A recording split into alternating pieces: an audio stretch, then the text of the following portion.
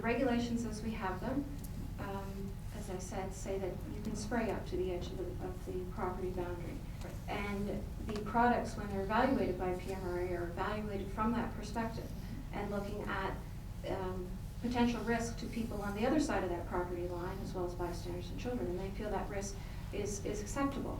And so that is the information that we have used to guide the development of the regulations and the reason why we say you can spray up to the property line.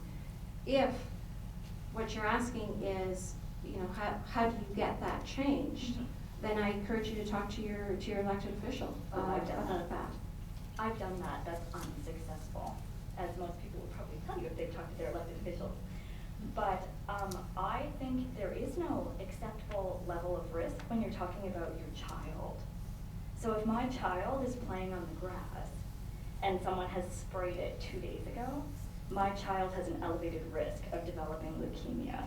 So that person doesn't have dandelions. And I also can't comment on the health side of things, because that is also not the mandate of our department, it's health-related impacts. Oh, I must have misunderstood. I'm sorry. I thought you said that you took into account acceptable levels of risk. Is that a mistake? It is. Sorry about that. The Pesticide Management Regulatory Agency is the body that evaluates the health and the environment-related risks. And it is their judgment that we rely on with respect to regulating these products in the province. So they do the health impact assessment, they do the environment risk assessment, and we take that information and we build our regulations around that. So it is their information that we rely on to deal with health-related impacts. I myself am not an epidemiologist.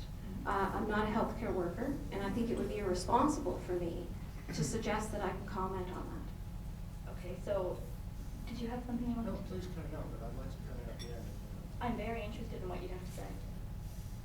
Well, I was going to say, with all due respect, Erin, that I think there's a great danger here in basically what I see as passing the buck, and that is to say, well, it's the PMRA that approves these chemicals.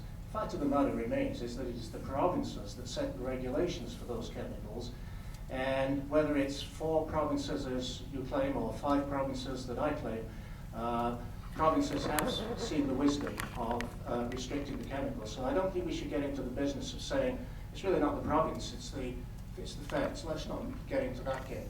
The gatekeeper is the province. So to clarify, how do we go about getting this changed? To anyone?